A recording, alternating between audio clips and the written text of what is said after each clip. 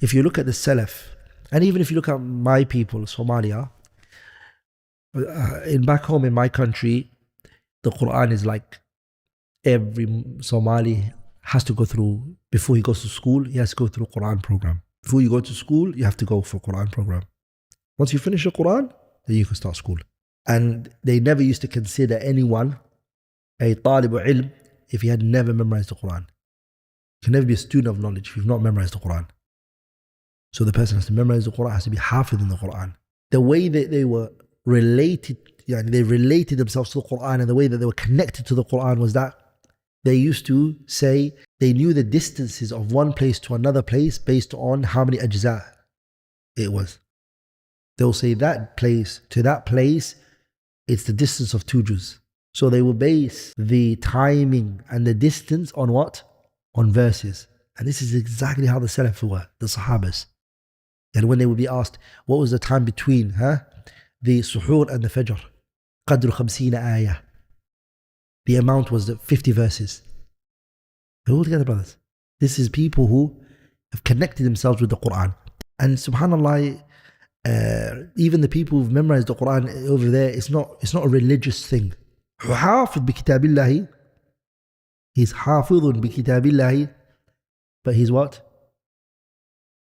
I remember, subhanAllah, when I was back home in Somalia, I used to lead Salat Tarawih. And I used to lead the Tarawih with a boy, a young man. At that time he was older than me.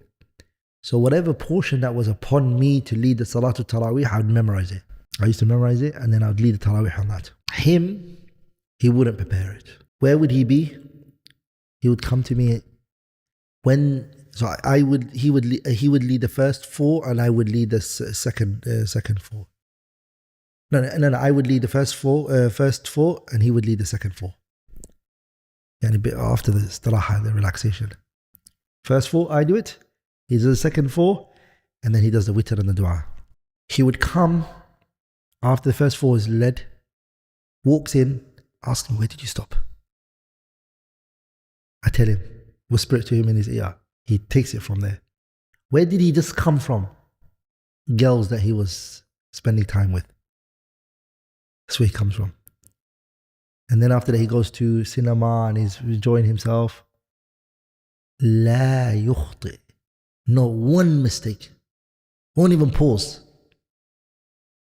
He doesn't even know where you stopped, where you carry. He'll come and just ask you, where did you stop? Allahu Akbar. You understand, brothers? So this is another problem now.